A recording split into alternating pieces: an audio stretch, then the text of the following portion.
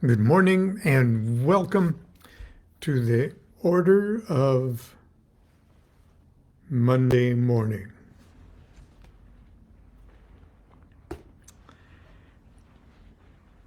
It's the Monday morning after two Sunday schools in a row. Anyway, yesterday for Sunday school, I read a portion of or the writings of Jack Parsons from a little collection that was put out a few years ago. Collection of monographs, I guess, from the Oriflama, Volume 1.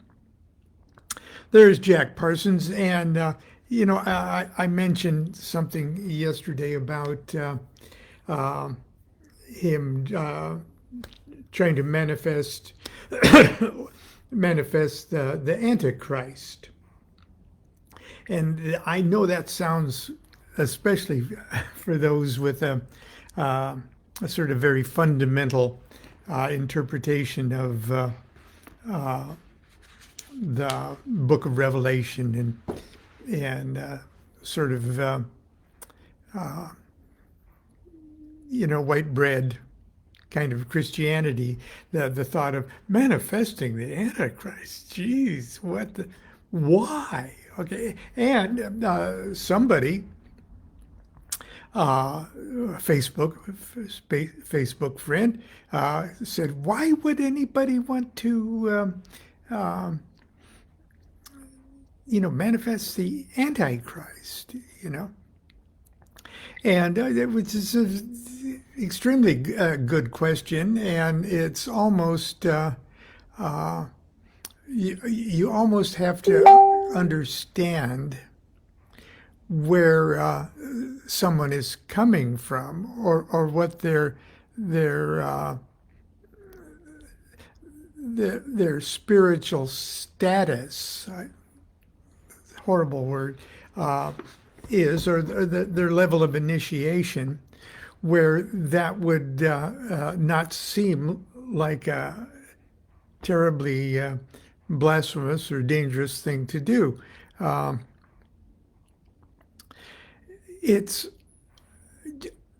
Imagine that you've expanded your consciousness to such a point that it sort of reached almost maybe a quantum level, or at least you're rising above all opposites, or you're on the threshold of rising above all opposites. And there's just a few little bits of old baggage, old dualistic baggage, that's still keeping you back from actually accepting the point of view where opposites no longer exist. Now, Kabbalists would say, well, that's crossing the abyss. Okay, when you've moved from 4 to 3, and opposites are all reconciled above the abyss, then it doesn't seem so crazy to in your attempts to rid yourself of that last little obstacle, little hanging on, clinging to the old sweetness of good and bad, and light and dark, and you could see, well, invoking the Antichrist, if you had a sort of a Christian mindset for many years in your life, would seem like a perfectly legitimate exercise. And of course, we have the stories in the Christian myth itself of Christ and Satan out in the wilderness,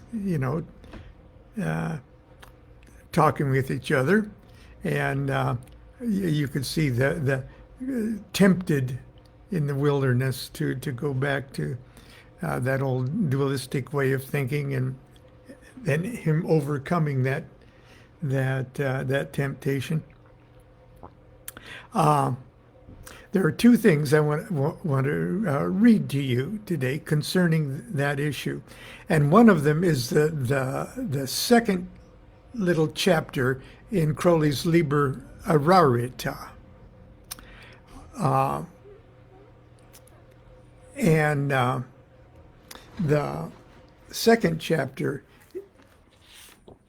is verse for verse exactly opposite of the first chapter. Verse by verse, it's opposite. And I'm not going to read the whole thing to you, but the first chapter would be, "Oh my God,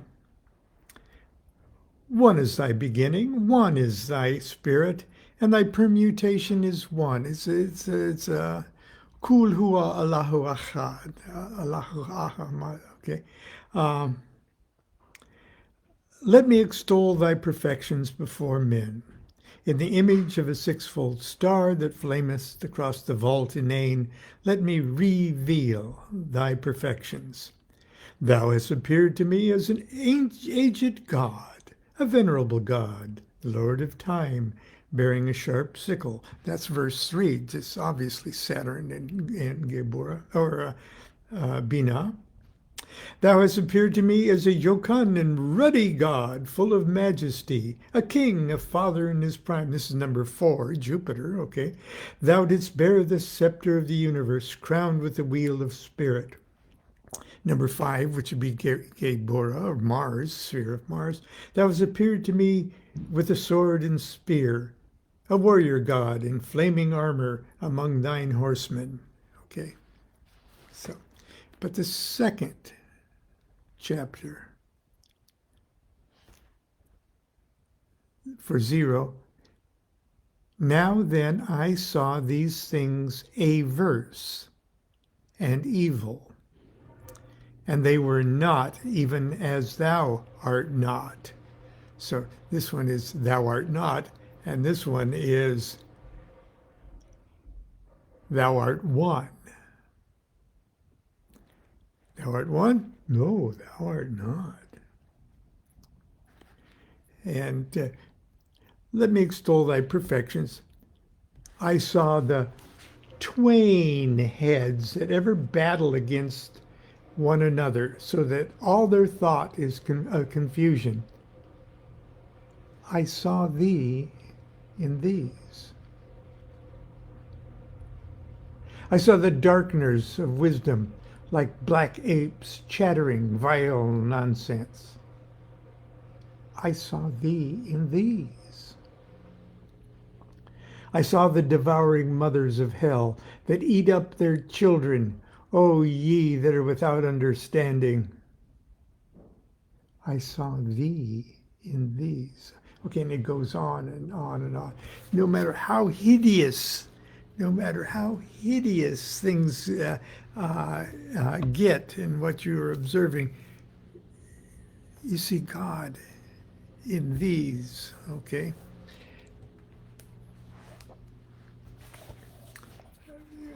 On Monday Night Magic class, tonight, actually, on Monday Night Magic class, we're continuing part 2 of The Wake World from Crowley's Kongsam Pax. And this is the one where they talk about the devil card and the path of the devil and things like that. So I've been revisiting Kongsam Pax, which is just a wonderful collection of Crowley's pretty early works. But in his little essay, which nestled in this essay are several of Crowley's poems, some of them more relative to the plot of the essay and more than others. But this one's called "The Devil's Conversion." And it's sort of what my answer would be if I could frame it just right to that question: why invoke the Antichrist? So I'm not the greatest reader of poetry, so forgive me. And also, there are references to West African officials that sell slaves and things like Crowley is pretty wordy and at times, but forgive me and hear me out. The Devil's Conversion. I see o' nights among the winds the devil walking widdershins. As stony, silent as a sphinx, I sit upon the sandy links and listen to the glittering spell of Asmodee, the goat of hell. He conjures up the Knights of Grey and Cardinal in Dahomey, which is West Africa, where before kings and cabosiers, those are slave sellers, the flaming cat of hell careers, where witches whirl their flapping teats, still shrieking to the drum that beats its monstrous call to flesh of man, hissing and bubbling in the pan. Hua is God, it's spelt to me. There is none other God than he. He conjures up, back to the devil, he conjures up the seas that swell before the hosts of Gabriel, between the lights and ibis flight, who whirls the sword and scales of right. The tall ship strikes. The rending roar of death devours the horrid war, where men dash women to the deck, leave children wailing on the wreck. Behold the lightning's jagged flash spell out the signal with its lash. Hua is God, it tore the sea. There is none other God than he. He conjures up the greasy glare of Rupert Street in Leicester Square, whose sodden slaves with sweat and paint sicken the soul and make it faint. Build of the slimy scales of vice one concentrated cockatrice. Think, laughs the devil, everywhere is Rupert Street in Leicester Square. True, I replied, it spells to me, there is none other God than he. He conjures up the loathly rout of Christians crawling in and out, a sight as lovely to the wise as maggots in a maiden's eyes, from chapel, church, and meeting room, from brothel, hospital, and tomb, from palace, gin shop, workhouse, prison, factory slum, their slime is risen. The devil said, bestir thy wits, spew out this dysenteric. It's a pity, thus I cut him short. Your boyhood was so badly taught. The riddle is simple, here's the key, there is none other God than he. He conjures up the universe, men bitter bad and women worse. The whole disgusting pan is shown, filth from the spirit to the stone. Read that, he yelled, your eyeballs squint. But that is surely plain as print. It is, I said, for all to see, there is none other God than he. Now the devil strides and spins most furiously widdershins. He causes two deceitful moons to dance upon the driving dunes. If all's illusion, gentle youth, all is the enemy of truth. Where are you now, my worthy friend? I answered, take it to the end. I do not think you prove it quite that truth and lies are opposite. But upon this we can agree, there is none other God than he. He wrote in flame upon the grass, this person is a perfect ass. He vanished in a cloud of musk. He sent the demons of the dusk to ramp and rage about the links, to tease me, the stony sphinx. I smiled and bent them to my will. I set them dancing deosil and singing with seraphic glee, there is none other God than he. The devil saw that he had failed. He came back very draggle-tailed and poised above me in the air, whined, Mr. Sphinx, now is that fair? My business is to rack the bones of saints like you and Mr. Jones. I'm paid to accuse the brethren, sir. I do not blame you, Lucifer. I take my pleasure from your frown, because you represent the crown. And all your prattle means to me, there is no other God than he. The devil seemed to see the point, pleased that I did not say, "Aroint," which be gone. Okay. Pleased that in Asmodee I sight brave Lucifer, Lord of Light. Pleased with my Kabbalistic pun, really a very clever one. Accepted all and none, became a perfect vessel of the flame.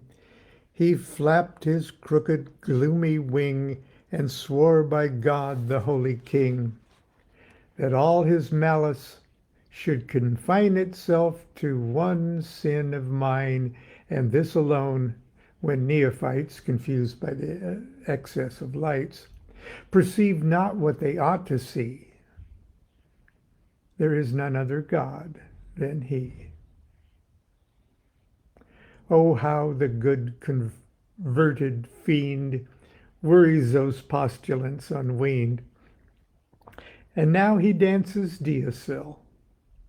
He pounds them with many a purging pill. He cleans them from their piggish food and brings them to beatitude. Hua is God, quoth Asmodee. There is none other God than he. Okay. That's it for today. Tomorrow, we'll probably be a little late tomorrow because it will be Parking Lot Tuesday. Anyway, I hope you enjoyed that little thing. That's from Conch Som Pox, The Stone of the Philosophers, and from Liber Arita. Until tomorrow, continue to be good to yourself and be good to each other. Do what thou wilt shall be the whole of the law. Love is the law. Love under will.